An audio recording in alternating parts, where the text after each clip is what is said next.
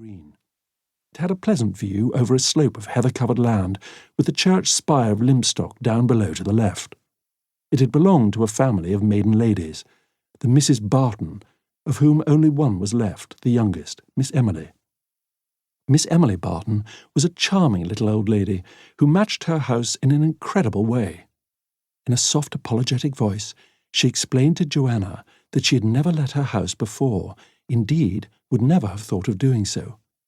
"But you see, my dear, things are so different nowadays. Taxation, of course, and then my stocks and shares so safe, as I always imagined, and indeed the bank manager himself recommended some of them, but they seem to be paying nothing at all these days.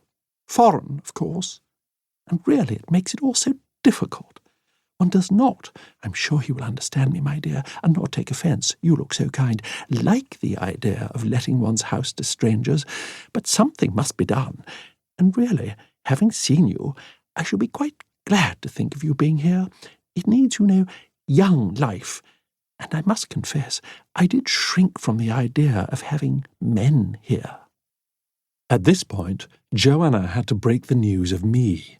Miss Emily rallied well. "Oh dear, I see. How sad. A flying accident.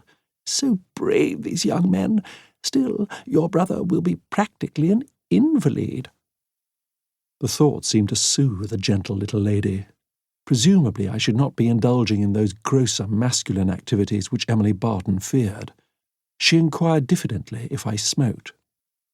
"Like a chimney," said Joanna. "But then," she pointed out, "so do I." Of course, so stupid of me.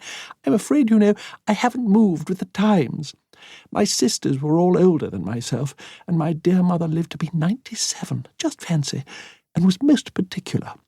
Yes, everyone smokes now. The only thing is, there are no ashtrays in the house."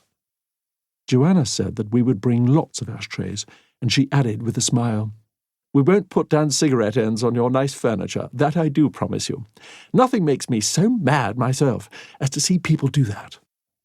So it was settled, and we took Little Furs for a period of 6 months, with an option of another 3, and Emily Barton explained to Joanna that she herself was going to be very comfortable because she was going into rooms kept by an old parlour-maid, my faithful Florence, who had married after being with us for 15 years. Such a nice girl, and her husband is in the building trade. They have a nice house in the High Street and 2 beautiful rooms on the top floor where I shall be most comfortable, and Florence so pleased to have me. So everything seemed to be most satisfactory, and the agreement was signed, and in due course Joanna and I arrived and settled in, and Miss Emily Barton's maid, Partridge, having consented to remain, we were well looked after with the assistance of a girl who came in every morning and who seemed to be half-witted but amiable. Partridge, a gaunt, dour female of middle age, cooked admirably, and though disapproving of late dinner, it having been Miss Emily's custom to dine lightly off a boiled egg, nevertheless accommodated herself to our ways, and went so far as to admit that she could see I needed my strength building up. When we had settled in, and been at Little Furs a week, Miss Emily Barton came solemnly and left cards. Her example was followed by Mrs. Symington, the lawyer's wife, Miss Griffith, the doctor's sister, Mrs. Dane Calthrop, the vicar's wife, and Mr. Pye of Prior's End. Joanna was very much impressed.